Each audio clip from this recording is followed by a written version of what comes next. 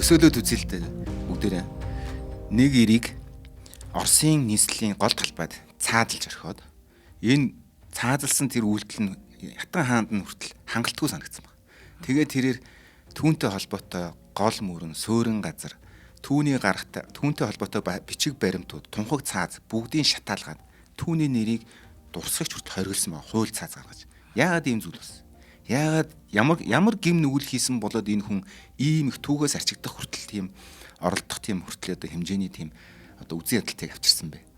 Тэгвэл яагаад ижил мөрнөөс ураал хүртэл хэдэн зуун мянган хүн өөрсдийн хууль ёсны эзэн хаан гэж сүслэн залбирч амь насаа хүртэл зориулдаг, амь насаа зориулан түүний хувь заяаны төлөө өөрийгөө золиослдог гэсэн тулдаг байсан бол нэгэн юм энгийн босдохын тухай түүх биш. Энэ бол босдохын тухай зөвхөн түүх биш. Энэ бол Оросын эзэнт гүрний хамгийн алдартай өөрийгөө эзэн хаан гэж зарласан нэгэн эрийн түүх юм. Эзэнт гүрний хагасыг төмөрдөж орхисон тэр эрийг ойлгохын тулд бид түүхийн гарал үүсгэлөө тэр тусмаа эзэнт гүрний зах хязгаарлуу аялах хэрэгтэй болох юм аа. За сайн байцгаана уу. Шинжлэх ухааны таны мэдхүй хот мөндөр суугч тавтай морил цаг хугацааны аялал нэвтрүүлгийн шинэ дугаар эхлэхэд бэлэн боллоо. Нэвтрүүлэг та бүхэнд YouTube-ийн хот мөндөр сууг, ГНТV телевиз, мөн хот мөндөр радио 83.3 107 хос дэлгэнээр хүрдэг. За энэ дугаарыг хамтран ажиллагчаар Монгол гэрт нүүдэлж авахыг мэдэр, гэр бүк, за мөн эрүүл энхийг хамтдаа эрхэмлэе, Аз фармед дэмжиж ажиллаж байна. За студид Амар Санаад Цэнгэл баяр бэлэн боллоо. За яг юу болсон энд? За ингээд одоо хэдүүл Оросын эзэнт гүрний одоо зах хязгаарын газар нутаг буюу одоо дорн зүг рүү, зүүн зүг рүү аялнаа гэсэн үг юм. За тэгэхээр төсөөллийн газар зүүн байрлалаар Уралын нуруунаас урагшаага Каспийн тэнгэр орчмын тэнгис хоорондох тэр уудам тал нутаг. Тэгээд Уралын нурууны баруун өвөр хэсэг, зүүн өвөр хэсэг тэр хэсэг бол ерөнхийдөө Оросын эзэнт гүрний дөнгөж шинээр өөртөө нэгтгэхэд удаагүй байсан. Маш олон үндэстнүүд оршдог. За Казах, Халимаг одоо ерөөсөй байж болох Оросын олон бага үндэстнүүд бүгд байж байгаа. Тийм газар нутгийн дөнгөж эхлэх хэсэг.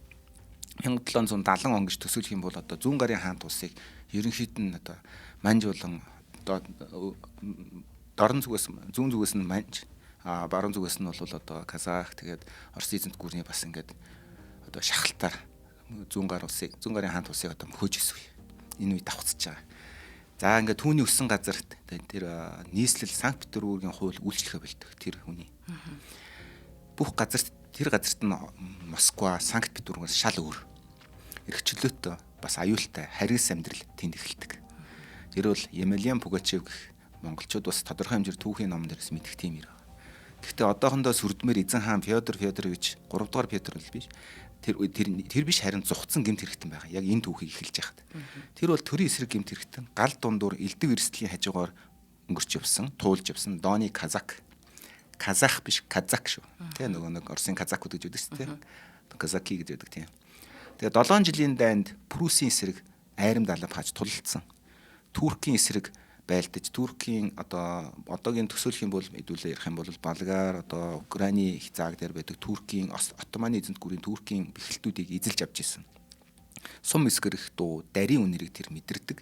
Нэгэн одоо дарь үнэртсэн, дарийн үнэр мэддэг Ахмад Дайчин байсан гэсэн үг. Тодорхой хэмжээр. Үхэл баатарлаг байдал тэрч бүхэл шудраг ус байдлыг биеэрээ тулсан байдаг. За ингээд нэг ийм цэргийн албанд үл нэг тийм айхтар татагдаагүй. Тэр казакуудын эртний эрхчлөөг хумж өчигдрийн тайхан гой ганган офицер язгууртнууд Ахмад Дайчдыг хэрхэн яаж дээрлэхэж одоо нэг Ахмад Дайчдыгаа хэрхэн яаж одоо дээрлэхэж дээрэнгүү харьцаж ашиглачаад хайдаг одоо цаас шиг байгааг харж ирсэн нүдэрийг гэрчилсэн нэгэн байсан байна. Дайнаас хойш Пугачев тэтгэртэй гарах эсвэл бүр анги албаа хайж явахыг оролдсон цөлх хэрэгж. За энэ дезерт анги албаа хайж явна гэдэг чинь одоо дезертир гэж нэрлэдэг. Ерөнхийдөө дэлхийн дахиндаа одоо армийн хувьд шууд шүүхээр буудаж алах хэрэгтэй. Одоо ялтай тийм хэрэг. Одоо анги байрлал орхиж явсан цэргэрийг хээрийн шүүгээр буудаг гэсэн. Ийм хэрэг. Тэгснийхэн түүнийг барьж хорьсон, шоронд хорьсон. Дараа нь оргосон. Бүр дахиж баригдаад ташуурдаж хийдгүүлсэн чи дахиад цуцсан. Одоо энэ Дони казакуудын тухай нэг онцлог яг энэ дээр харагдаж байгаа. Эрх чөлөө гэдэг зүйлийг ингээд мөнөрлөдөг тийм маягийн хүмүүс аахгүй. Мэдж байгаа бол Төлгөөн Дон гэж зохиолыг мэднэ тийм ээ. Тэн дээр Григори гэж байдаг тийм ээ. Григори эхлээд хаант Оросын цэрэг байж байгаад одон медальтай цэрэг байж байгаад дараа нь улаант нь болж явж байгаад дараа нь буцаад цагаантан болоод тэгээ дараа нь бүр анархистуудтай маахнатай нийлж явдаг. Энэ яг эрх чөлөөний үнэрээ дагаа яваад байгаа. Тэгэхээр Шолоховын тэр санаа бол Пугачевийн сүнс явж байна гэдэгт ер нь төстэй байхгүй. За ингээд энэ хүн одоо гайхалтай ирч хүч хатуужил зөрүүд зан чанартай нэгэн байсан баг. Амьдралаас чухал танихгүй засаг төрийн тогтоосон дүрмж өрөмд захирахтай хүсээгүй. За ингээд төсөөлөл л доо.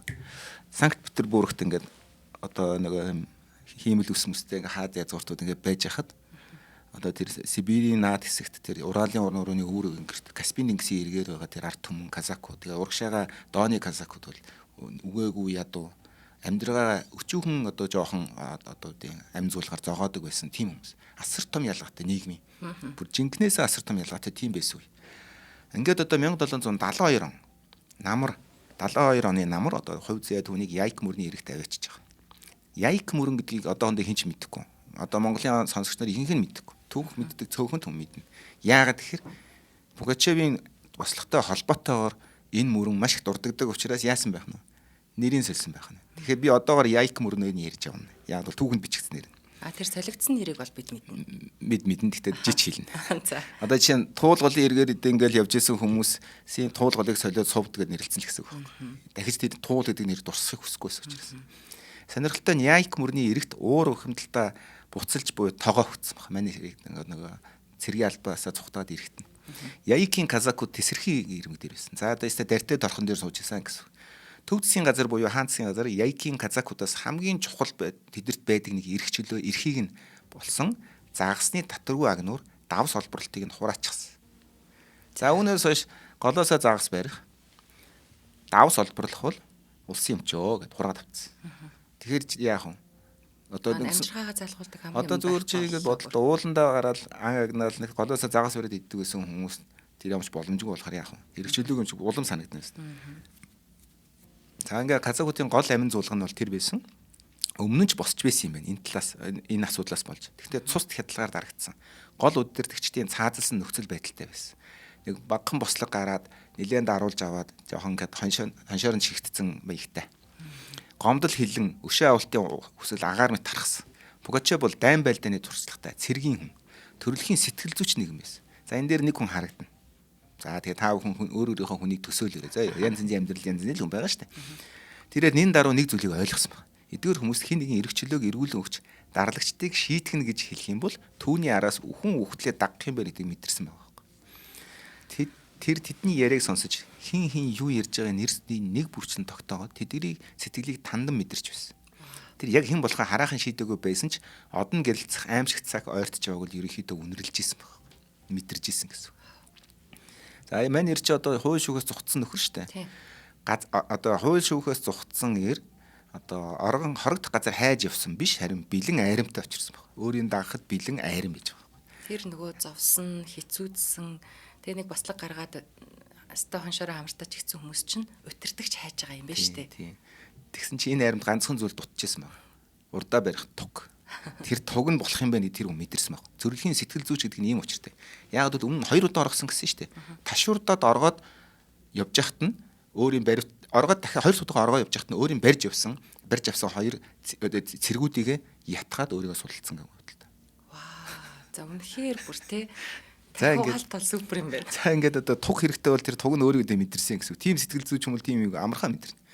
Ингээд ургууцлын тоогоо дэлбэрэхэд бэлэн болох үед энд нэг дэлбэрэлт нь зөв чиг рүү хазаахын тулд асаах оч нэг нь нэр нэг нь домог хэрэгтэй болох хэвээр. Заавал. Домоггүй л хүн урагшилдаг. Тэгтэл нэг нууц уудалтын үеэр хин нэгэн анх удаага түүхийг өөрчилсөн нэгэн үгийг түүнд хэлсэн байна. За төсөөлье. Нууц уудалт гэхээр мэдээж хэрэг нэг тосгоны байшин дотор яг энэ санаа зовдөг нэлийн итгэвтэй ширүүн байрын дөрвөн байрын тариачин орс ирж казакууд сууж. За тэгт юу гэж хэлсэн байх вэ? За би тэр хэлчихв. Чи биш үсттэй Эмилиан Иванович минь бидний эзэн хаан. Яасан ч их талигаач Пётр Фёдоровичтэй адилах юм битээ. Бас тэгээд нэг яриа яваад байдаг штэ. Хааныг маань амьд мэндүүлдэ дар түмний дунд нуугдаж аваа гэдэг дээ. Тэгвэл тэр одоо бэлэн морин имэйллээд бүх туг яриг бариулсан морь хүлээж ийн гэсэн үг. Одоо ганцхан тэр өсрөл мордох асуудал байна. Энэ бол жинхэнэ одооний түүхчдийн хэлбэр сэтгэл зүйн мэх байсан. За тэр Пётр Фёдорович гэдэг байгаа хүний тухай нэг товчхон хэлээд үг. Яагаад тэр Пётр Фёдорович гэдэг нь эзэн хаан Пётр 3 дугаар Пётр байхгүй юу? Тэрний нэр нь Екатерина 2 дугаар хатан хаан нөхөр. Эзэн хаан байхгүй уул нь бол Оросын эзэн хаан. Тэгээ Герман гаралтай Германы нэг одоо нэг жижигхэн гүнгийн гүнжийг авч суусан байхгүй юу? Ураг барилдаж. Тэгсэн чи ердөө хагас жил хаанчлаад тэр язгууртнуудад эрэх чөлөө олгох зарлиг гаргацсан байсан өмнө нь. Тэгээ ард түмэн түүнд маш их итгэдэг тийм хаан байсан. Сайн хаан байсан. Ард түмний нүдэнд. Гэсэн чинь ердөө хагас жил хаанчилсан гэдэг. Хаан дараагийнхаа зарилгаар тэр хамжлагт ардууд тариачид боолчуудыг судлахыг хүсэж байсан. Харин угсаатай хатан хаан болон хуйлдагч ноёд түүнийг зогсоосон хэмээн домог Орос орон даяар битүү тарцсан байсан юм. Тэгэхээр алдагдсан түүнийг алдагдсан хаан баг гигантын хэмээн шүтэх болцсон байсан үед түүнийг амьд үлдсэн тэр одоо хүртэл ард түмний дунд ингээд ард түмний амьдралыг мэдрээд танилцаад хүн болгонтой уулзаад явж байгаа гэдэг яриа хэдийнэ бүр ингээд битүү тарцсан байсан байна. Пугачев бол зүгээр өөрийгөө хаан хэмээгч биш сууч жүжигчин байсан гэдэг нь тодорхойлж байна. Хүмүүсийг өнөмшүүлэхэд баримт хэрэггүй харин бэлэг тэмдэг хэрэгтэй гэдэг тэр аюулсаа ойлгосон. Даруу өөрийгөө дагсан казакуудаас хааны ордноо бүртгүүлж өөрийн гвардыг байгуулсан. За яасан байх нь морин дээр морцсон байна. Тийм байна. Эзэн хаан болсон учраас яасан байх нь хааны ордон гэдэг нь өөрийн хаантай болгонготой армийн генералтай болно гэсэн. Армийн жанжинаа томилно. Сангийн сайдтай болно гэсэн үг. Ингээ бүтэн засгийн газараа байгуулж байгаа хэрэг. Тэр хааны ордон дотор чи бүгд байж байгаа шүү дээ. Шийтгдэг хүн, мөнгө өрдөг хүн, одоо юу гэдэг тээвэр хариуцсан ингээл бүх одоо сайд нар шиг тийм одоо хариуцсан томилоод өөрийн засгийн газараа кабинетээ байгуулсан зогсож байгаа байхгүй. Тэгээд ерөөсөө тэр өөрийгөө 3 дугаар Петр хаан гэж өөрийгөө батлах гэж оролдоочгүй харин яг л Петр 3 дугаар юм шиг 3 дугаар Петр хаан шиг аялж эхэлсэн байхгүй. Энэ нь алдаж болшгүй яг л төлөвлөсөн мэт ажиллагаа байсан. Хамгийн сонирхолтой нь Пугачевт биш харин Шудраг хааны тухай өөрсдийн мөрөөдөлд тэд нар итгэж ийсэн байгаа байхгүй. Тэгэхээр тэр тэднийг хуураагүй. Харин тэдний яг хүсэж мөрөөддөг хүн байж өрөөдлийн өгч эхэлсэн баг. Мөрөөдлийн өгч. Ваа, тийм бай. Тэгэхээр нэг юм байгаад байгаа. Цуурхал яриа яад тардаг гэж. Тэр хүний тухай тэр үнэн байх алавгүй. Чи тэр хүнийг тэгж боддог байх ч хамгийн чухал баг. За одоо тэгэхээр би айгүй нөгөө зарим хүмүүс цүүгүүд оногч мод. Нэг юм айтайгаа ингээд нэг царайлаг сайхан эмэгтэй ингээд нэг дөнгүүр ажиллаад амьдраад ингээд яваад ахаар энэ нэг бие үнэлдэг л баг. Тэрний нууц амраг болол тэгж байгаа ингэж байгаа хүмүүс дандаа тэгж боддог штэ. Тэгээд тэрнийтэй холбоотой нэг ямар нэгэн зүгээр нэг нотлох жалгүй нэг ямар нэгэн мэдээлэл юм ингээл гараад ирэхээр би хэлсэн штэ. Арахгүй штэ. Тийм байхгүй. Тэрнээс мань мичиг ингээд юм яд ингэж зовно штэ. Хүн ингээд чадaltaй байж болно ингээд өөрөөр байж болох. Тэгэхээр тэрийг хүмүүс тэгэхээр юу байх вэ? Үнэнд биш хүссэндээ итгэж. Одоо ойлгож байгаа. Тэгэхээр яаж нөгөө нэг хүмүүсийг нөгөө нэг зэлдэж болдгийн жишээ байхгүй. Тийм учраас яг цагаад бол бэлтгэсэн мөрөнгөл бид нар зөндөө ловер ярьж тийм бэлтгэсэн мөрөндөө итгэхийг хүсэдсэн байхгүй. Шунал тэгж нугарч авмаар байсан байхгүй. Яг үнэн байхгүй. Би ихний хамтран ажиллагч байсан. За нэвтрүүлгийн хамтран ажиллагчаар энэ айгуу гоё. Монгол гэрт нүүдэлж яахыг мэдэр урайтай гэр бүг хамтран ажиллаж байгаа. Тэгэхээр энэ болохоор зөвхөн Монгол гэрээр төрөлжсөн захиалгын систем гэдгээр энэ платформ гэдгээр онцлогтой юм. За нөгөө Airbnb энэ нөгөө байр захиалдаг байсан бол гэр бүг маань болохоор малчин айлын гэр захиалж болно. Та тэр айл одоо богмалтаа мó, бодмалтаа мó те эсвэл одоо хүүхэдтэй айл юм уугүй юм уу гэдгийг та яг өөртөө тохируулаад за айл аймагт байхын хотоос ойрхон хол гэдгээ бүр тохируулж болох юм шүү. За галын дэргэд та нэг юм цай уугаад адуу малтай ойр байж Монгол ах хөгжин ихнэр нь мэдрэх боломж өгч байгаа. Нөгөө талдаа одоо малчтын амжиргааг дэмжих, орлогын хүүсвэрийг төрөлжүүлэхэд бодит дэмжлэг үзүүлж байгаа. Тэгэхээр одоо бол яг нөгөө төлөлдөг үе. Тэгэхээр энэ үеийг хүүхдүүдтэй мэдрүүлэх сурагчийн амралт айлмдуулаад одоо сайхан хөдөө хэд хоног айлын илүү гэрт байгаа тань болонд нь яваад ийм орчныг хүсдэг хүмүүс айгүй олон байгаа. Тэгэх юм бол та нар маань гэр бүгтэй холбогдож болно. За энэс гадна бас гадаадын жуулчдад Монголын нүүдэлж яахуудад танилцах одоо таатай боломж нэгдэж байна гэж үзэж байна. Жуулчид ч гэсэн одоо гэрт байя эсвэл одоо хотод байр түрээслэж гэдэг юм энэ сонголтууд байгаа. Энд бүр байшин хүртэл байгаа. Сонгоод авч бүрэн боломжтой юм шүү. За тэгээ дэлгэрэнгүй мэдээлэл авъя гэвэл 72 тэгтэг 88 22 утасны дугаараар за гэр бүг.com вебээр нь ороод дэлгэрэнгүй мэдээлэл аваарай. Тэгэхээр яг биднийг мэдэрсэн одоо хүүхдүүд манай хонь мал хураг ишгээ танихгүй за эсвэл гэрийн нөгөө дангуудаа нэрлж мэдэхгүй энэ үед хотод байгаа хүүхдүүдийг буруутах аргагүй. Тэгэхээр ингээд нэг жоох ахуйг мэдрүүлж болох юм шүү манайхаа. Тэр нэмээд нэг гоё одоо тип гэх юм уу зөвлөгөө өгөхөд уурга гэж үзсэн үү? Үтсэн амар хүрээ. За тэгэхээр уурга л яриад байдаг удаач уургийг яг үнэхээр идэж үзвэл яг тэр тугалдаг үеэр нь очиод нэг хоноод уургийг хүүхдэд идүүлж үзээд ямар байдгийг өөрөөс идэж үзээд явахд бас сонин штэ. Ганц хон ч гэж болно штэ ер нь л тийм. За тэрээс хүүхэд идэж чадахгүй гэж байхгүй байх. Айгүй хөөрхөн чихэрлэг юм гинэн гоё амттай. Тэгээд дээр нэмээд юу байгаа зү айгүй натурал. Тэгээд дэлгүүр зардаг янз янзын амттай өрсөлдөхүй амттай мөртлөө шал хөдөөний тоогоонд болж байгаа. Яг үнэ. За ингээд одоо Шудраг хаанд итгэсэн учраас л тэрнийг Пётр гэж итгэсэн байхгүй. Тэрнээс биш Пугачевыг тэр Пугачев Пётр байхын нөөцөөс огт сонирн байгаагүй. Чи наадхаа нотолч гэж хинч асуугаагүй. За ингээд одоо хэдэн мянган одоо хурц зэлд агаарт игдэж. За одоо бос одоо агаар зүсч. Хүн удалгүй тал нутагт анхны цус дугаалга үлдэж хаан ард түмний сэтгэл зүрхэнд өрсөн анхны зарилгаа гаргасан. За ингээд одоо үүнийг ойлгохын тулд эхлээд яагаад ийм хүмүүс ийм байсныг ойлгохын тулд 18 дугаар зуун буюу одоо 1700 оны үеийн Орос хүний сэтгэл дотор түүний хамгийн гол одоо эмгэнэлт итгэл үнэмшил рүү өнгөж харах хэрэгтэй бол гэсэн. Тэгэхээр тэр цагийн Орос хүний зүрхэнд сайн хаантай байх гэдэг бол угаасаа асар хүчтэй итгэл байсан.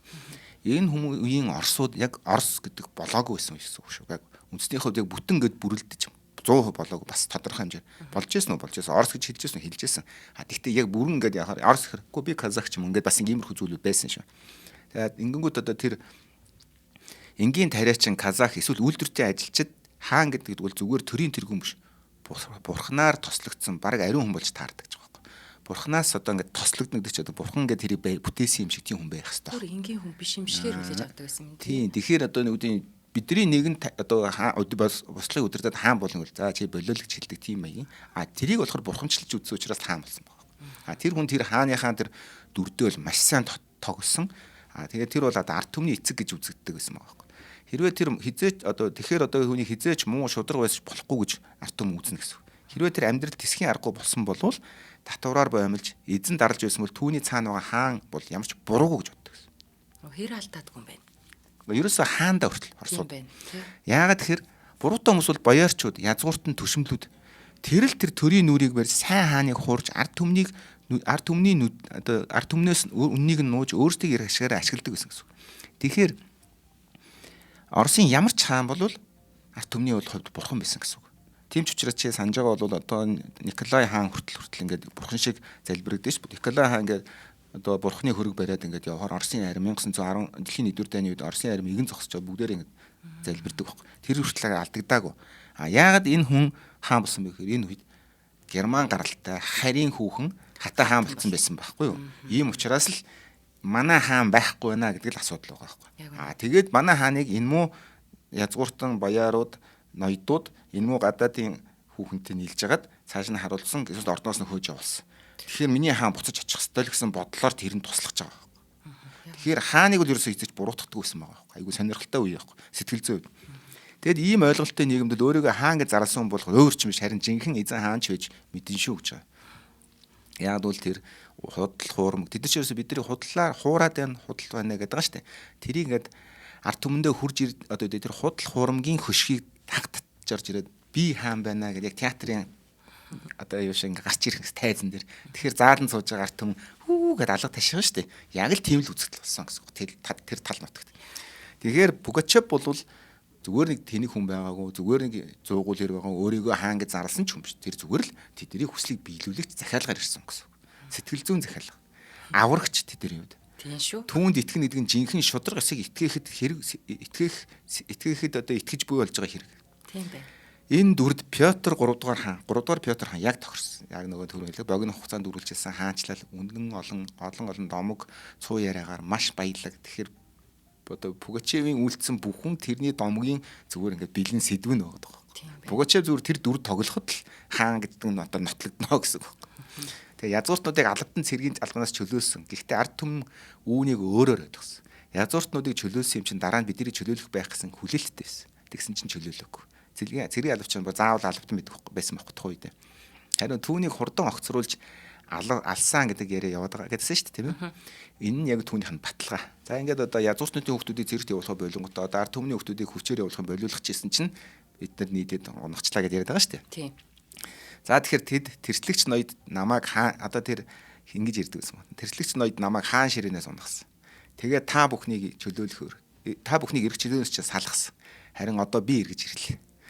Тэднийг шийтгэж та бүхэнд их орон, оймод, гол мөрөн, эрх чөлөөт амьдрал энэ бүхний чинь буцааж өгөхөөр би ирлээ гэдэг үгийг л хэлэх хүнийг хүлээж исэн гэсэн. Түүхийн үргэлжлэл болж шүү дээ тий. Пугачев хүнийг хуураагүй гэж. Тэр тэдний бүх насаараа сонсохыг хүсэж байсан үгнүүдийг л хэлсэн. Тэр тэдний зүр сэтгэлийн гүн нуугдж байсан мөрөөдлийн цуурай болж гисэн. За ингээд одоо Одоо юу гэм л одоо Пугачевын итгэл үнэмшлийг огт цохог харин тэдний итгэл үнэмшил дээр овждноор эмээлээд л морцсон гэж л түүхчинд. Хуучин Оросын одоо алтан үеийн мөрөөдөл бол газар бол бүхний өмч.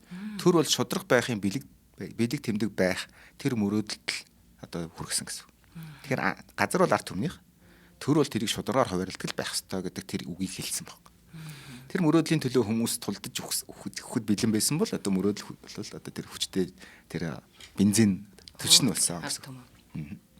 Тэгээд цэргийн хүн учраас Пугачевд энийг ч гэсэн хайрласан. Тэднийг ч гэсэн хараа. За энэ бол айрам юм байна. Айрамд чинь яг хоёр юм идэг. Дэг журам, дасгал сургуульд тэгээд итгэл үнэмшлэх гурав. Тэгэхээр тэнд за яг дэг журам бол байна. Итгэл үнэмшлэн за бэлтгэл сургууль одоо тэр дайны тактик нь байхгүй. Гэхдээ энэ бол дайдчд болоход бэлэн байна гэсэн санаа. За одоо ингээд энийг бол одоо 1773 оны 9-р сард яг 1 жилийн дараа түүний отряд ердөө хэдэн зуухан казакуудтай аян дайн мартчихсан. За ингээд эхний зорилтууд нь бол том хотуудыг биш харин тал нутгаар тархан байрласан тосгон хэрэм бэхэлтүүдийг эзлэх байсан. Энэ бол жинхэнэ тал нутагт царцарсан Блицкриг гэдэг. Блицкриг гэж юу юм? Дэлхийн 1-р дайнд зүйл толгойд улсыг Германы маш богино хугацаанд эхний 3 сарын дотор баг нутгийнх нь Европын хэсгийг баг эзэлсэн шүү дээ. Тийм цахилгаанчилсан дай гэлдэг байхгүй. Франц руу дэлхийн одоо Францыг бас Франц Английн армийг буцагсан тийм цахилгаанчилсан дайм байхгүй. Блицкриг. Тийм, ерөөс тогон цогцсон гэл. Эдгээр цайзын харуулууд нь ихэнхчлэн нас өндөртэй эсвэл дөнгөж одоо дайны хөлд одоо зутарсан тэгээ нэг тэтгэвртэй гарсан одоо цэргүүд. Эсвэл өчигдөрхөн цэрэг татагдсан шинкод ус учраас тааны төлөө өгөх хүсэл тэдэрт байгаагүй. Тэгэх боломж байгаагүй. Тэр тусмаа өөдөөс нь манай хууль ёсны хаан ирлээ гэж хашгирч олон түм ирж байхад тэд зүгээр л байлдах хүсэл төрөхгүй. Тэгэхээр яг цайзууд нэг нэгээрээ бууж өгсөн. Зарим нь эргүүлж үзүүлээгүй. Тэгээд албаны дарга язгууртнуудад бол харин харгас бөгөөд хурдан шийтгэл өгч гисэн. Цаазаа явцсан. Тэгээд та нар миний одоо өөрсдийн эзэн хааны төлөө биш тэр урагч Катягийн Катерина хэлж байгаа шүү. Катерина эзэн хаамаа хатан хаан гэж хэлэхгүй. Тэр муу урагч Катягийн түүний төшмөл язгууртуудын төлөө зүтгэсэн. Та нар миний ард түмнийг дарлан үлдсэн гэж хэлж байгаа цаазалжсэн байна. Дарга нэрээ. Тийм, та нар миний төлөө биш. Өөрсдийн эзэн хааныхаа төлөө биш. Тэр урагч Катягийн түүний дагалж явсан хідэн цүнх хөрөгчдийн төлөө гэсэн юм одооныхаар л. Тэгээ нөгөө дагаж яваа хүмүүсээ бол бас зүсийг хөргөөд л юм тийм. Энэ бол миний хааны чинь үг шүү гэд маш товч үг тодорхой хэлдэгсэн. Тэгэхээр маш өндөр юм илтгэх урлагийн одоо авиастай байсан бол таарч байгаа. Ямар санд л өөрийн баримтлаа явуулсан шоронгийн хоёгнуудыг одоо синхруулээд өөрийгөө суллаад яваад өгөхөт. Энэ бол одоо энгийн зэргүүдийг өршөөн хэтрүүлж огт ерөөсө хөнддөггүй. Суллаа явуулчихдаг. Хүсвэл надтай нийлэхгүйсэн ч би чамайг яах ч. Тэр чинь бүр жинхэнэ хаан байгаас тийм. Одоо тэдэнд маш энгийн сонголт өгдөг тийм ээ. Хаан одоо Петр 3 дахь Петр хаан тангар өргөө дагаж явж болно. Эсвэл зүгээр гэртээ тариач шиг сайхан үсээ усуулаад төрийн аримд одоо илж чадахгүй болно гэж сонголт өгчсэн. За ингээд одоо ихэнх нь мэдээж яриг амьдралыг сонгож босогчдод дэгдэг байсан. Пугачевын арим ус уулын уруу цаас өнгөрүүлэхээр яадаг вэ? Цаас өнгөрөөд жижигэн бөмбөгөнд өнгөрсрөө амар том болсон. Тийм хэмжээгээр томорсон баг. Гэхдээ дарлуулсан хүмүүст эргчлөө өгöd байгаа юм чи дагхаас яах вэ? Тэгэхээр одоо Пугачевын хамгийн том зэвсэг бол сэлэн биш. Аримч биш. Үгнээс баг. Пугачев хааны нэрээр зарилгууд гаргаж эхэлсэн. Яа. 3 дугаар Петр хаан ийм зарлиг гаргалаа гэж яг мэдээллийн салбар дахь пиарын дэлбэрэлт хийсэн гэж байгаа юм. За төсөөлөе л даа. Амьдралдаа зөвхөн төлөх, би төлөх ёстой, татвар төлөх ёстой, захирах ёстой гэдгийг мэддэг байсан нэгэн тосгонд төрийн хаанаас Петр 3 дугаар хаанаас захидал ирэх нь шүү дээ. Түүн дээр нь бүдүүн хүрэн бэхээр зурсан хааны тамга байж байгаа. Гар үсгдэг. За. Орон нутгийн бичиг үсгтэй хин нэгэн түүнийг ардынхаа хурал, тосгоныхаа хурал дээр дуудаж өгнө.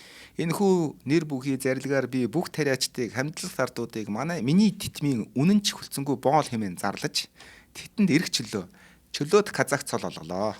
Эрхийг олголоо. Харин миний эрх мэдлийг үүсгэж эзэд ард түмнийг дарлан бөхч ноёдыг барин авч цаазалж дүүжил гэж бичсэн байна. Усаагаар мэт. Ингээл эрх чөлөө газар нутагт одоо эрх чөлөө газар нутаг хамгийн чухал нь албан ёсны өшөөгөө авах эрхийг өгсөн байна. Тэгэхээр яах вэ? Нөгөөдөл чинь хин эсрэг үцгий. Бидний бүх зовлон тэнд биш тэгээд тэрийг алж исэн байгаа. Ингээд эдгээр зарилэг нь одоо цэргүүдэд тархахаас нь хурдан ард түмнэр тархсан. Ингээ Волга болон ижил мөрөнгө гэж байгаа шүү дээ. Уралын нутгаар аянга шиг төгсөн. Тариачид ажиллаа орхиод хин юу олцсноор зэвсэглээд сэлэм сүх сэлэмгүй бол хурц ломо бариад хаан эцгийн дуудлагыг дагаж гисэн. Пугачевийн хөдөлгөөн ердөө казакуудын бослого бол бишээ гэдэг юм. Нүдэн дээр ард түмний дайн болсон. Тэгвэл хин нэгэн түүний дор одоо хин түүний тугийн дор нэгдэх байсан бэ гэвэл түүний армийг харах юм бол 18 дугаар зууны үеийн Оросын бүх зовлон бухимдлын одоо цомирлыг олж чана гэж.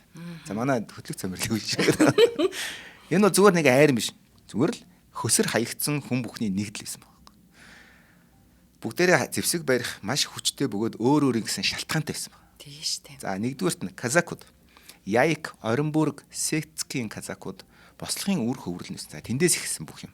Тэд эртний эрх чөлөөгөө хамгаалахын тулд тулалдсан. Татваргүйгээр загас баримаар байна. Давсаа олцволбоор байна. Атмануудаа өөрсдөө сонгомоор байна. Хааны хин нэгэн томилохгүйгээр. Казакуудын атман өөрсдөө сонгодог мэднэ үстэй. Тосгоны казак атмана өөрсдөө сонгодог. Хаан томилдог. За тэгээд тэрийгэ тийш нь явуулаад хуралцуулгадаг. Тэгээд тэр бол хааны зарилыг хэрэгжүүлэх үүрэгтэй. Тэд мэрэгжлийн дайчид байсан казакууд учраас. Тийм байсан учраас Пугачевийн айрамд анхны сахилга бод зохион байгуулалт явуулчихсан. За ингээд мэдээж хэрэг 2 дугаар хамгийн том цул хэсэг. Хамгийн олон бөгөөд хамгийн догшин одоо хэрцгий хэсэг нь бол тариачд.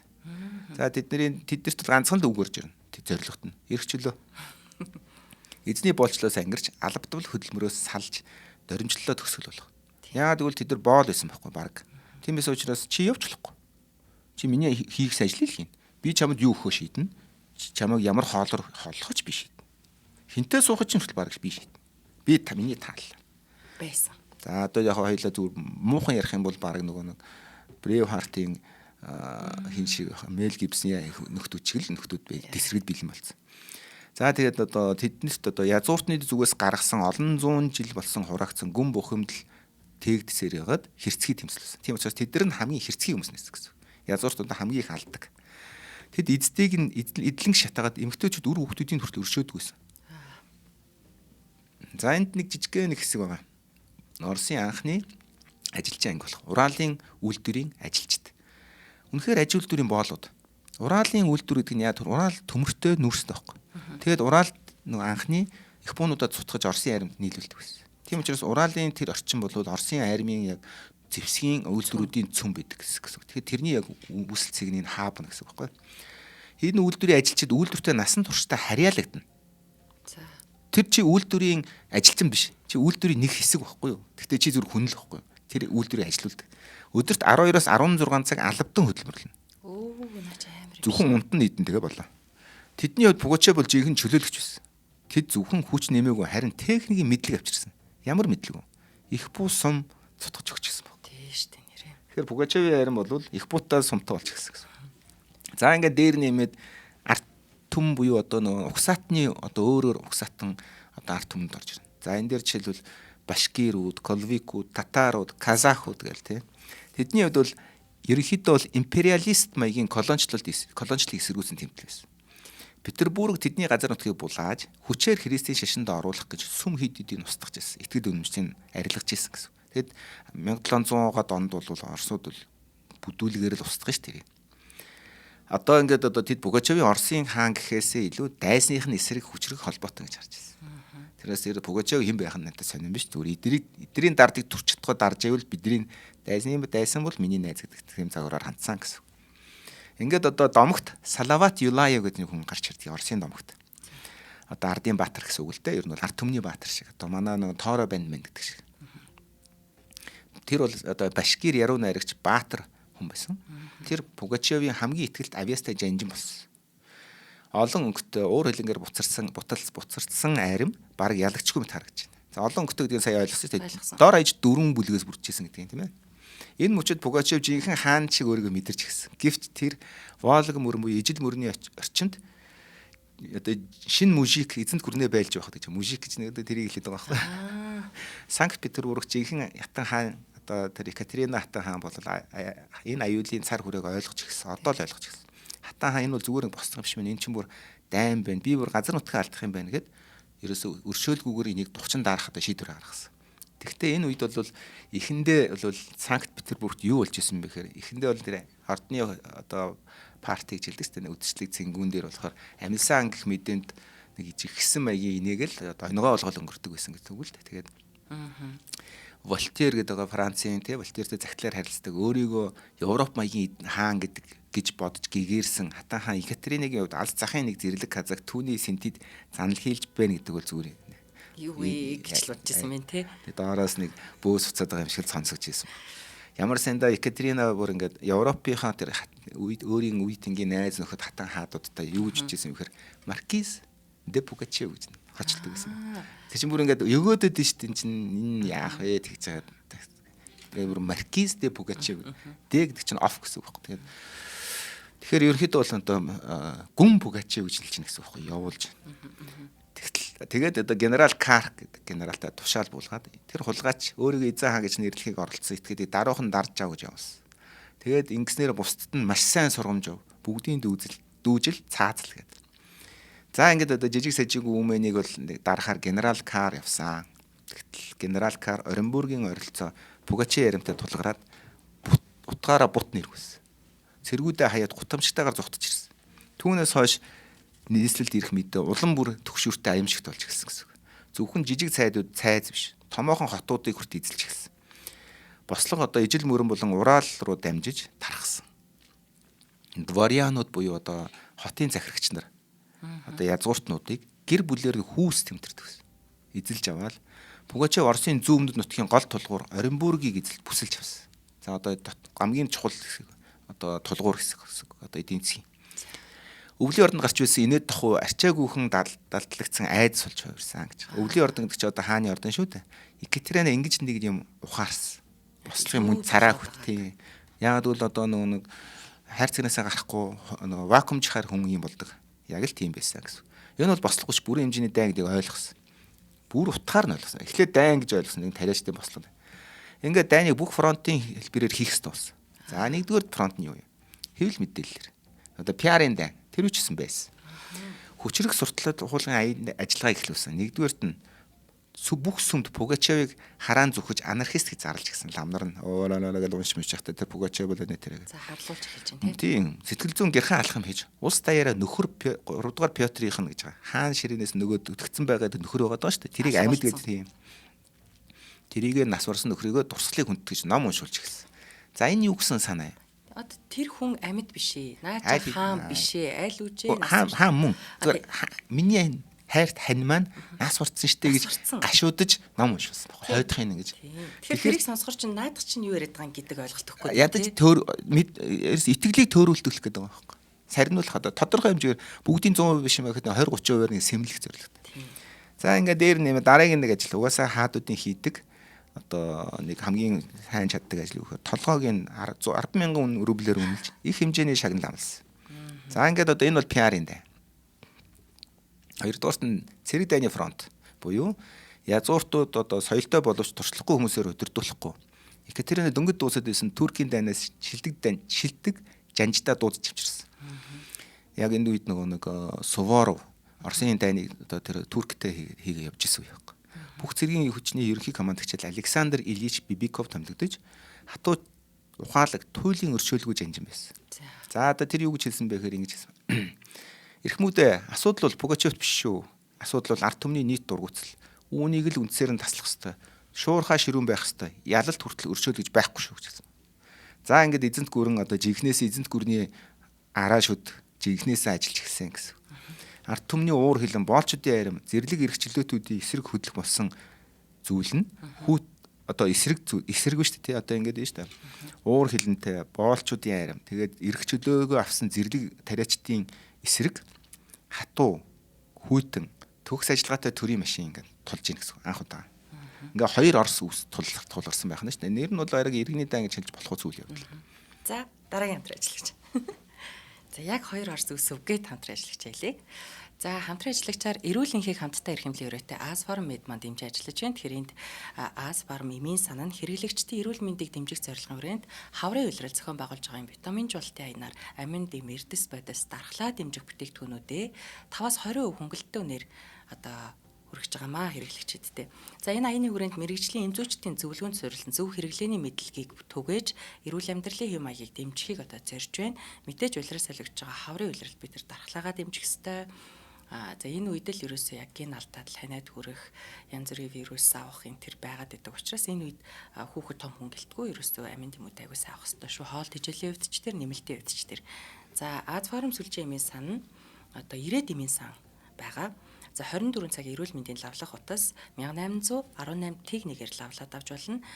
Тэгээ Аз фармын аль салбаруудаар ороод үйлчлүүлж болно. Тэгээд хамгийн гол нь ямар нэг ийм тан хэрэглэхтэй энэ зүйчээс асууж тохирох тунгаар нь хэрэглээрээ дэмжиж ажиллаж байгаад баярлалаа. За баярлалаа. За мэдээж хэрэг одоо язгууртнуудын Орос.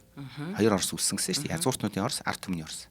За ингээд үхлийн тулдаан бол одоо гарцааг болно тийм ээ. За тэрнээс өмнөх нэг үйл явдал байна. 1773 оны намар Оренбург хот руу орчихсон гэдэг байгаа тийм ээ. 6 сарын шууд эзэлж чадахгүйсэн цайз бэхэлт учраас тэгээд тариачд учраас нөгөө нэг цайз эзлэх одоо техник муутай их буунууд нь бас яг хангалттай цайз нуурах хэмжээний том биш. Гунан буу гэж хэлдэг шүү дээ. Ийм байсан учраас 6 сарын сунжирсан бүсэлтээ эхлүүлсэн. За ингээд энэ үеэс бүсэл 6 сар тэг ингээд бүслээд ингээд шивэлцэн сууж штэ. Ингээд нэг одоо хотын хэрмийн дэргэд Пугачевын хөдөлгөөн өөрийнхөө яг жинхэнэ оргилдөө өрсөн. За ямар утгаараа гэхээр зөвхөн айран байгуу бүхэл бүтэн улс болчихсон байсан гэсэн. Тэдний одоо эзэлсэн газар нут. Нийслэлээ Берди гэж нэрлээд нийслэл хотод болцсон. За бүр өөрийгөө хаан гэж өргөмжилсэн угсаад яг тийм дүрмээр Санкт Петербургийн яам албадыг бүгдийг одоо хуулж дуурайлгаж байгуулсан. Төрийн цэргийн коллег, өөрийн ерөнхий штаб, засгийн газраа байгууллага тушаал заавар гаргаж дарга нарыг томилж тэрч байтугай хангамжийг зохион байгуулна. Хүнс янз янзын болно шүү дээ. 3 дугаар Петр хааны хөрөг бүхий мөнгөн зоос хүртэл цутгуулад худалдаа 8 аж эхлэн гэсэн. Бүх зүйл дээр хаадаг дуурайсан. Ард иргэдийн өргөдөл гомдлыг хүлээж аваад хүлээ авал зохион байгуулж, цол хэрэгм алгаж, хамгаалт бүхий ордонд амьдарч байсан. 17 хүртэлх насны казак охин Устиния Кузнецовтой сууж түүнийг албан ёсоор хатан хаан гэж зарласан. Араар нь тавьсан байна. Катяга. Уг нь нөхөр нь яваад байгаа гэдэг шүү дээ. Энэ бол толгооноос хөл хүртэл хөмрүүлсэн ертөнцөөс гэж. Яг зохион байгуулалт юм. Өчигдөрхөн боол явсан хүн генерал болж цөллөгөөс оргосон хоригдл язгууртан болох цоо шин сайхан дэглэм байсан. Стажинхэн сайхан халбагдаад мөрөөдөл дуусахгүй гэдэг шиг. Энэ галзуу нийгмийн шатаар дээш авирах боломж олон хүнийг мансуурал татчихсан. Жигнэсээ нөө бэлтгэс мөрөн шиг гэдэг шиг ингээд эрх мэдэл хүмүүс ямар дуртай байгааг шинж. Пугачевын гол арим Оренбургийн цайзыг хүлээж байх хооронд эргэн тойрон жинхэнэ партизаны дан өрнөжсэн. Партизан гэдэг нь мэд тийм ээ. Эндээс түүхийн тайзан дээр үндэсний отрядууд гарч ирнэ. Ялангуяа башкирууд, Салават Юлаевын удирдсан ангиуд Пугачевын армийн нүж их болж хуурсан. За башкирууд гэдэг чинь нөгөө онцгой тийм тагнуулч те одоо морьтой зэрэг тахгүй одоо ерөнхийдөө бол башкир гэдэг нь бол одоо алтан ордны улсаас үүссэн одоо тийм одоо хэсэг гэсэн л үг л дээ. Энэ бол одоо нөгөө нэг яруу найрагч найз бол ёстой. Нүдчих бол явсан байна тийм. Тэгээ тэдний хөнгөн баригдшгүй морин зэрэг асар удам нутгийг хяналтанд авч төрийн сангийн төлөө ажиллаж байгаа үйлдвэрүүдийг шатааж Оренбургт туслахаар явсан элч хангалтын цуваг тасалж ирсэн. Бүсгцэн цайз руу ингээ хүнс хөргөж явж байгаа бүгдийг тасал цогцоо дээрэмдчихсэн гэсэн. Өсгөж алах нь. Тийм учраас Салават Юлаевын дэмжлэггүйгээр ийм урт бүслэлт болох боломжгүй байсан гэж. Тэдний хувьд энэ зүгээр бослого биш ариун дан байсан. Ингээд одоо яг ийм учраас л одоо Емельян Пугачев энэ үедээ оргилдөө өрсөн гэсэн үг. Түүний аримд одоо хэдэн 10,000 хүн нэгдсэн. Жинхэнэ эзэн хаан ихтэй хурж болшгүй холд байсан гэсэн. Одоо ингээд аримнасаа тасраад өөрөө хаан болцсон хатан хаантайгаа ингээд ордон мордон хамгаалтаа сууж штэ. Хоёр дахь хаан халтууд тэргээр хамаг ажиллаа хийгээл. Яг энэ мөчөөс эхлээд ялтынх нь одоо түүний оргилцыг одоо аль хэдийн түүний хувь зээний эсрэг зүг рүү эргэж эхэлсэн байна. Александр Бибиков гэдэг нэг хэрцгий жанжин төмөр мэт сахилгаттай цэргийн ангиудыг бослохын бүс рүү айжмаар ойртож ирсэн гэсэн. Ингээд одоо дараа хавар нь буюу 1774 оны хавар одоо эзэнт гүрэн хариу цогт өгсөн. За Татицевийн цайзны доор Пугачевод хизээч эзэглэхгүй гэж битгэж байсан тэр бэхлэлтэнд хамгийн анхны томоохон шийдвэрлэх тулалдан болсон. Жинхэнэ байнгын армийн хүч ямар байдгийг бүгдэнд мэдрүүлсэн. Энийг талд уур хилэн тооны давуу талтай байсан нөгөөдөл нь. Одоо Пугачевын талынхан. Нөгөө тал нь болохоор хүүтэн бөгөөд тооцтой сахилга бат байнгын бэлтгэл сургуультай арим хоорондоо тулсан. Жинхэнэ арим туллаа гэж. Бибиков Голицын нарын их бүү босогчдын игнийг зүр шууд хяргасан. Дараа нь жигж агсан жадаа сунгасан явган цэрэг яг ханд шиг төмөр хан мэт давшсан. Энэ бол байлдаан тулдаан гэхээс илүү хядлага байсан гэж. За яагаад энэ их бүү хядсан гэдэг нэг нэрээд гэхээр хүний тоолноор олон учраас шууд халз дайрахаар шууд явган цэргийн эсрэг их буугаар бууцсан. Гэхдээ их буу нэг хоёр сумтай их буу гэсэн үг. Жижиг явган цэргийн их буу. Тэр нь хоорны гинжээр холбоцсон. За. Тэгээд ингээд арай том арай жижиг хоёр гинж гэсэн. Шарихтай гэсэн. Буудсан шүү дээ. Тэнгүүд нөө хүчээрээ гинж нь ингээд одоо яг хоёр том шарих хийчихсэн шүү дээ. Нэг нь арай том, нэг нь арай жижиг хэрэг урдны жижиг нь одоо эргээд яваа. Жижиг нь нөгөө томоогоо дагаад физикийн хуулиараа. Тэгээ эргэж эхэлнэ шүү дээ. Зүг гээд эргээд ирэхээр зүгээр нэг их сум нэг хүний нүхлэх биш. Игнэгээр нь ингээд зүгээр ингээд тариа хадж байгаа юм шиг. Хадуур шиг гэсэн. Тийм байна. За ингээд одоо хядлан болсон гэдэг нь ойлгомжтой. За ингээд Пугачевын харин бутны эргүүлж мянган хүнээ алдаж бүх их бууга алдсан. Оренбургийн бүсэлж дууссан ингээд одоо ойлгомжтой. Ингээд бол ер нь ингээд ойлгомжтой. Ил тулдаанд явах боломжгүй гэдгийг ойлгосон Пугачев айц төрүүлэх тактикч хилжиж ажил мөрний дагуух аян дан бас хийж эхэлсэн. Дээрмийн дан гэсэн. За анны өхний оргилд нь одоо ижил бүрэн дагуухад аян данд галчуур мэт явсан энэ оргилд нь болохоор Казан гэдэг хотод явсан. Тэр хот дах аим шиг хэдлэг болсон. Хотыг эзэсний дараа босгочд ноён гэж харагдсан хүн бүхний устгах. Харагдсан шүү. Тэрээс ноён биш. Одоо энэ бол цөхрлийн харгислал байсан гэж Оросын төгсөл үзэж байгаа. За ингээд одоо эзэнт гүрнээс илүү хүүтэн тооцоотой харгислал. Эзэнт гүрний зүгээс илүү хүүтэн тооцоотой харгислал хийхээр шийдсэн. Ингээд Иван Михельсон болон Александр Суворов нарыг алдарч жанжин Суворов нарыг бослог даруулахаар илгээсэн. Язгууртнуудыг хөнөөсний хариуд олон нийтийн өмнө босгочдыг цаазалж гисэн. Яг зөрүүлээл ерөөс хоёр талд. Тэгээ өөрийг эзэн хаан гэж зарласан этгээдийг дэмжсэн тосхотыг газрын хөрснөөс арчсан. За тэгээ хитэн боосон модал байшин байгаа шүү дээ. Бас тэгтээ яг тэгтэл хүн амьдарч ирсэн тийм газар. Тэгээд яг үндэ бол улс орон хоёр талаас өөр өөргөө идэж эхэлсэн гэсэн. Яг Оросны одоо том дүр зургаар харах юм бол. Тийм байна. За ингээд эрх чөлөөний мөрөөдөл одоо эрх мэдэл хоёр хоорондоо хоёр үнэ үзэн ядсан тийм тултаа болсон гэх. Пугачев одоо баригдсан аратан мэт улс орондоо яа тэнж эхэлсэн. Яг бол одоо түүнийг дагах юм бол одоо аюултай гэдэг нь ойлгомжтой болоод улам хүчин цөөрөд ирэхээр ганцаарч эхлэх сүүл улам л цөөрөн гэсэн үг. Тэгээд түүний харим бүрэн бутарсан өөрийн нийслэлээ шилдэг атмаануудаа дээр нэмээд хатан хаанаа хүртэл алдсан байна. 17 хатан хаанаа. Тэгээ түүний дэргэд зөвхөн армийн үнэнч цөөхөн хитэн анханаас нь дагаж явсан казакууд үлдсэн. За энэ яг энэ үед одоо мэдээж хэрэг юу болох вэ? Уруулт болно. Ингээ 1774 оны 8 сарын төгсгөлд Казахов Ватаг орчмын сүрлийн дараа Пугачевын харин баг оршин тогтнохоо болсон байсан. Одоо Яйкийн хитэн казакууд нь түүнийг одоо Каспийн тэнгэр рүү тэнгисийн зүг зүхтаж дахин зэрэг босгохыг хүсэж байсан. Гэвч түүний хүмүүс ой дотны хүмүүс их өөр бодолтой байсан баг. Түүнийг анх удаа хаан гэж хүлээн зөвшөөрсөн. Тэгсэн мөртлөө түүний босгосон уруу ертөнцид аль хэдийн граф генерал болсон байсан хүмүүс нь шүү дээ. Тийм тэд нар тоглоом нэгэнт дууссныг ойлгосон. Ингээд үргэлжлүүлэн тэмцэнэ гэдэг утгагүй үхэл харин хаанаа барьж өгвөл магадгүй өршөөл ирнэ гэж тооцоод мөрөөдөл өгч амьдрах зүг ялсан баг. Энэ мөчөд урагчид яг түүнийг бариал авангууд Пугачев юу гэж орилсон бэ гэхээр урагчид Юданар гэдэг. За энэ Оросын хараалд нэг тийм байд Юда гэж хэлдэг байхгүй муусаа өөдгөө энэ болохоор та нар өөрсдийн хааныг зэсийн мөнгөөр худалдлаа гэж Пугачев ашигласан. За Юданар яасан бэ гэхээр нөгөө нэг Христийг Ромчуудад өгсөн хүмүүс гэж үздэг зүгээр яг нь тэрийг одоо нотлогдсон үгүй янз янз л ярьдیں۔ Тэгээд ер нь бол Европ даяар бол тэгж одоо үзчихсэн энэ үед. Тийм болохоор хараалт явсан гэсэн. Өмнө нь өөрийгөө эзэн хаан гэж зарлж байсан олон мянган хүн захирч байсан хүн одоо тэр өөрийнх нь үнэн ч хүмүүсийн гарт хүлэгдсэн байна. За ингээд одоо ерөнхийдөө нэг дуусж байгаа л үйл явдалтай. Ингээд 1774 оны 9 сарын 15-нд овоо удаа явсан байна. Түүнийг Яйцкийн хотод хүргэж өгөөд эрх баригчид төлөөлөж өгсөн. Түүх яг эхэлсэн газараа буцаж ирж тэндээ дууссан. Яйцкийн бэхлэлтэд хотод эхэлсэн зүйл Яйцкэд дууссан байна. Гэвч эрх баригчид түүнийг барих нь надад хангалтгүй байсан. Тэд түүнийг гутаан доромжилж бүтээсэн домгийг бүтэн балруулдах даалгаврыг авсан байсан. Тийм учраас хаан маань эвдэрч сүрсэн хэртэй төмөр торон дотор хоригдсон үзэсгэлэнгийн баавга мэт гудамжинд тавьсан. Хувь тавилангийн ажил гэмээр түүнийг яг энэ хэсэг Москвад нийслэл рүү хүрэх замд харгалзаж явсан хүн нь агуу суут жанжин Александр Суворов. Түүхэндээ нэг ч удаа ялгаж үзээгүй генерал. Одоо фельдмаршал гэх юм да жанжин. Дайны суут тухайн бослогын суут тухайн хоёр хоорондоо яг нүрт тас. Тэр хоёрын нэг аюул сонирхолтой харилцан яриад юм. Би зүгээр аюул гоё хэлж байгаа шүү. Тэрнээс тэгж хэлэх чинь албагүй л дээ. Гэтэ дайны жанжны суут тухайн бослогчдын суут тухайн хоёр хоорондоо ярилцсан хүүрнэл баг. Эмилиан Сувор асуусан. Емельян чи яг юу бодож ийм агуу хөрөг зориулсан юм бэ гэж.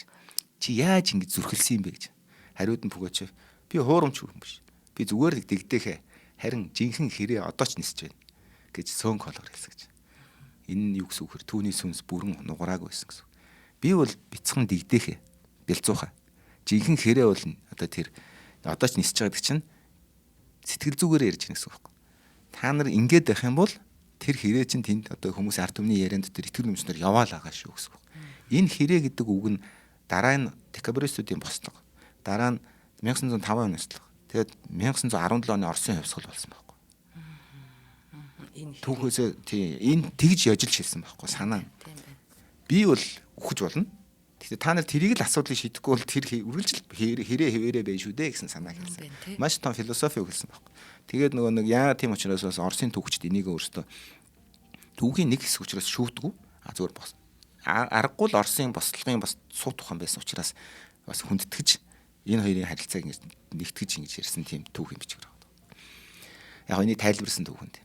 За ингээд одоо түүний зам дуусгах байлаа. Ингээд одоо Пугачевыг зөвхөн Москва шүүх цааслуулж. Ингээд 1775 оны дараа жилийнх нь 1 сарын 10-нд Москва хотод Пугачевыг цааслах өдөр болжээ. Мөрзөн байцаалт бол одоо маш ойлгомжтой. Богинох нь гаргах шийдвэрч тодорхой. Байцаалтын үеэр тэр нэр төртэй байсан. Амин уугаагүй. Өршөөлж байгаагүй. Би бол Донny Казак, Емельян Пугачев байна. Би үхсэн хаан биш гэж хатуу хэлсэн баг. Анх түүнийг амьдаар нь 4 хэсэг таслах ял оноосон баг. Яг амьдаар нь. Гэвч Екатерина хатан хаан одоо 2 дугаар Екатерина хатан хаан Европын дахинд одоо өөрийнхөө найз хаад одоо ноёдуудад өөрийгөө соён гэгэрсэн хатан хаан гэдэг нэрээ алдахыг хүсээгүй. Тэрийг хадгалж үлдэхийн тулд чөнөөр нууцаар тушаал өөрчилсөн. Ингээд толгойг нь тасалсан. Дараа нь цогцын дараа нь хуваая. Амьдаар нь ш дараа нь. Үнэхээр 4 хуваамаар байсан байл л та. За энэ яг ингээд одоо энэ бол инэрл биш хүүтэн улс төр тооцсон байсан байхгүй. Нөх амир амины зүгээр би муухай харагчих юм биш үү гэж бодоод тэгсэн болохоос тэр яаж өгвөл тэр нь ерөөс огцоо юм биш байсан гэсэн. Ингээд түүний биеийг дараа нь шатаагаад үнсийг нь салхинд хийсэн. За ингээд эрг үегээр ороод үлдээхгүй л гэж үзсэн байна шүү дээ. За энэ бол хангалтгүй байсан гэдэг чи одоо түрүүний нэвтрүүлэг хэлж чадаар гэж. Хоёр дахь цааз нь түүнтэй холбоотой бүх дурсамжийг устгах. Бослоготой холбоотой хот голуудын нэрийг өөрчилсөн. Пугачевийн хөрөг тунхуудыг цаат шатаах тушаал өгч.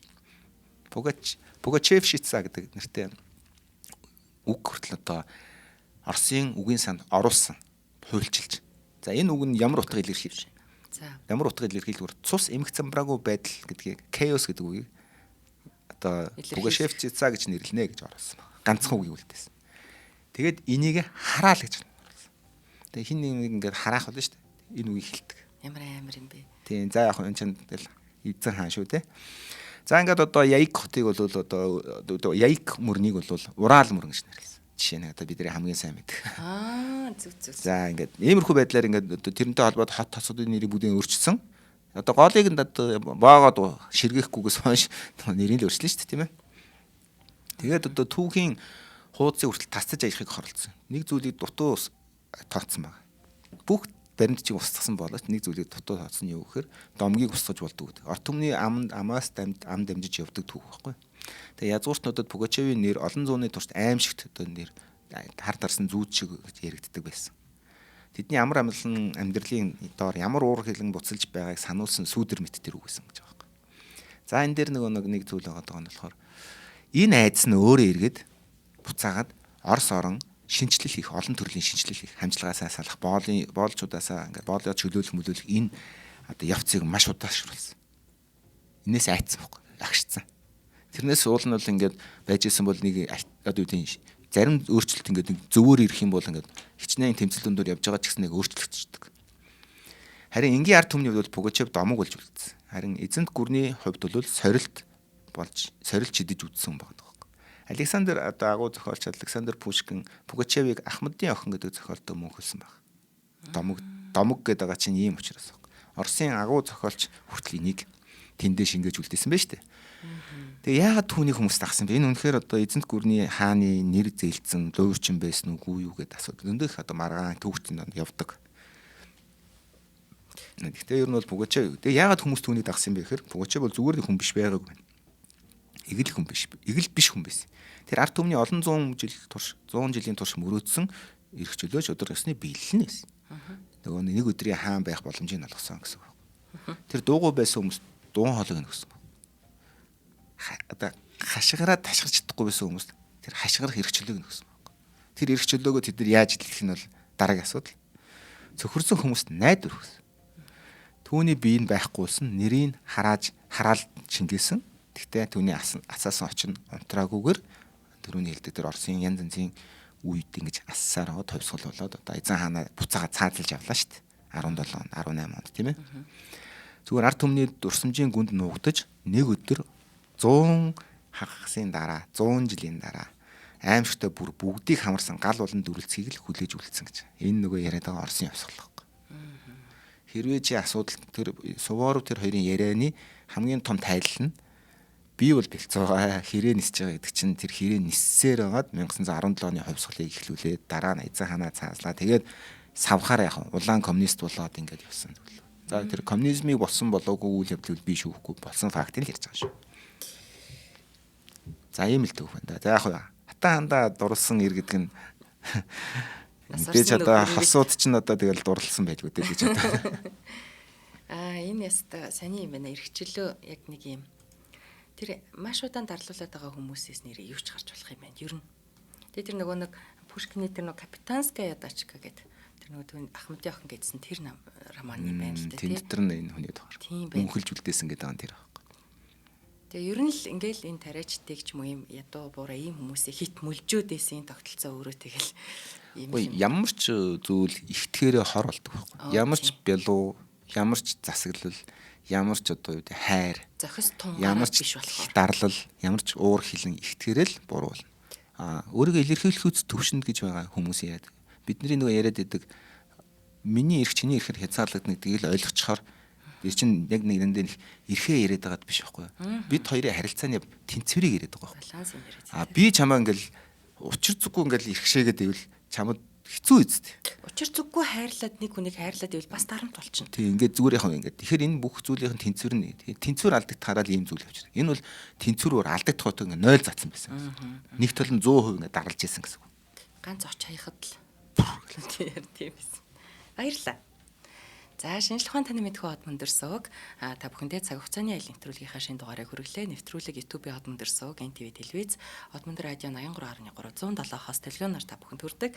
За энэ дугаарыг хүргэхэд хамтран ажиллагчаар Монгол гэрт нүүдэлж яхаг метр гэр бүк, за эрүүлийн энхийг хамтдаа эрхэмлэе Аз фарм мед дэмжиж ажиллалаа. За нэвтрүүлгийг бэлтгэн өргөсөн амар санаа баярлалаа.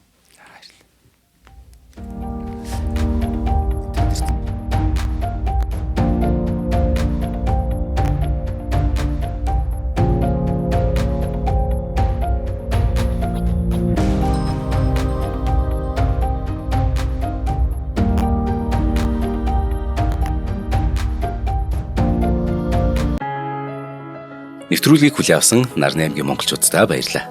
Од мөндөр сувг нь энэ мэдчлэн таны мэдхүү мянган нэвтрүүлгийг 2026 оны 7 сарын 1 хүртэл та бүхэндээ хүргэх юм.